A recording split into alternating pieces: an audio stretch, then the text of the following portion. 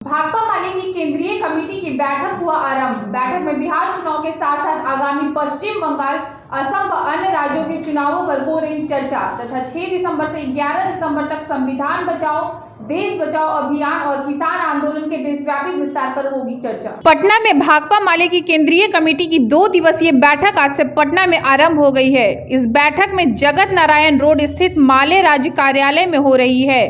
बैठक कल 4 दिसंबर तक चलेगी। बैठक में बिहार के कॉमरेंडो के अलावा झारखंड, पश्चिम बंगाल, असम, तमिलनाडु, दिल्ली, उत्तराखंड, कर्नाटक आदि प्रदेशों के माले के शीर्षस्थ नेता भाग ले रहे हैं। बैठक में मुख्य रूप से पार्टी के महासचिव दीपंकर भट्टाचार्य, वरिष्ठ नेता स्वदेश भट्टाचार्य, अन्य गणमान्य लोग सम्मिलित थे। बैठक के पहले सत्र में बिहार विधानसभा चुनाव की समीक्षा की गई।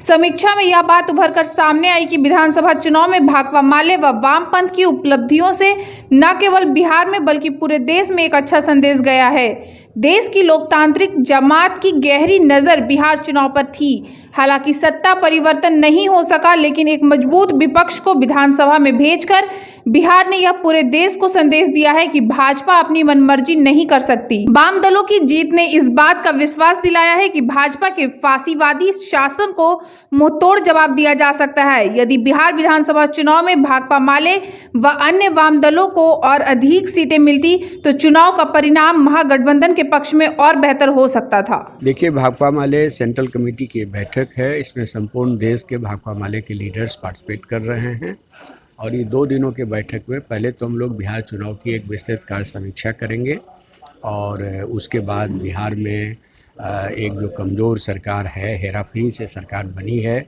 जनादेश के साथ खिलवाड़ किया गया है और लेकिन जनता के जो मुद्दे उभर करके चुनाव में आए हैं उन मुद्दों पर एक बड़े आंदोलन की ओर बढ़ने की तैयारी हम लोग करेंगे।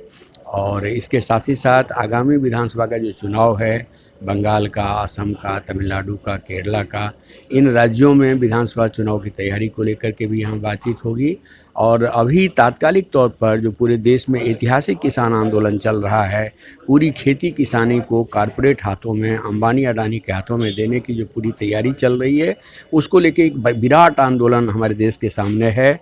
उन आंदोलनों के प्रति जो भारत सरकार का रवैया है वो दमनात्मक रवैया है, टालू रवैया है। ऐसी स्थिति में एक उस किसान आंदोलन के पक्ष में एक संपूर्ण देश में किसान मजदूरों की एक बड़ी गोलबंदी कैसे हो, आंदोलनात्मक हस्तक्षेप कैसे हो, केंद्र सरकार को कैसे झुकाया जाए, इस प्रश्न पर भी हम लोग विस्तार से बात करेंगे और कार्य योजना, आंदोलनात्मक योजना बनाएंगे। देखिए, जब तक ये जो तीनों बिल है वो बेसिकली कॉरपोरेट के हाथों में खेती को दे देने की कोशिश है, गहरी साजिश है और किसानों को अंबानी अडानी के का अधीन ले आने की पूरी कोशिश है। तो इसलिए जो किसान लोग डटे हुए हैं कि जब तक तीनों कानून को वापस नहीं लिया जाएगा, बिजली बिल संशोधन कानून को वापस नहीं लिया जाएगा, तब तक यह आंदोलन जारी रहेगा। और यह आंदोलन अब के दिल्ली के चारों तरफ से लोगों ने घेर लिया है, लेकिन हम मानते हैं कि यह आंदोलन संपूर्ण देश में फैलेगा।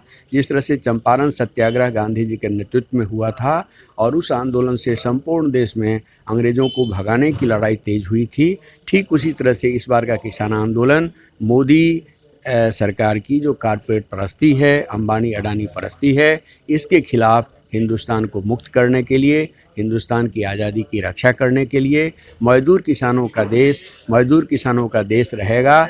इस प्रश्न पर एक बड़ी गोलबंदी होगी और सरकार को हम लोग पीछे धकेलेंगे। May your life be full of stories. The plush new XUV 500. Vidya Vihar residential school, Parora, Purnia, Bihar का premier residential school, CBSE affiliated, ISO 9001 certified, +2 level boys school, +2 science stream में लड़कियों को भी मौका, 30 एकड़ कैंपस में संपूर्ण विकास की व्यवस्था। क्लास 4 से 8th और 11th साइंस में एडमिशन के लिए कॉल करें 9204068907 और विजिट www.vidyavihar.org।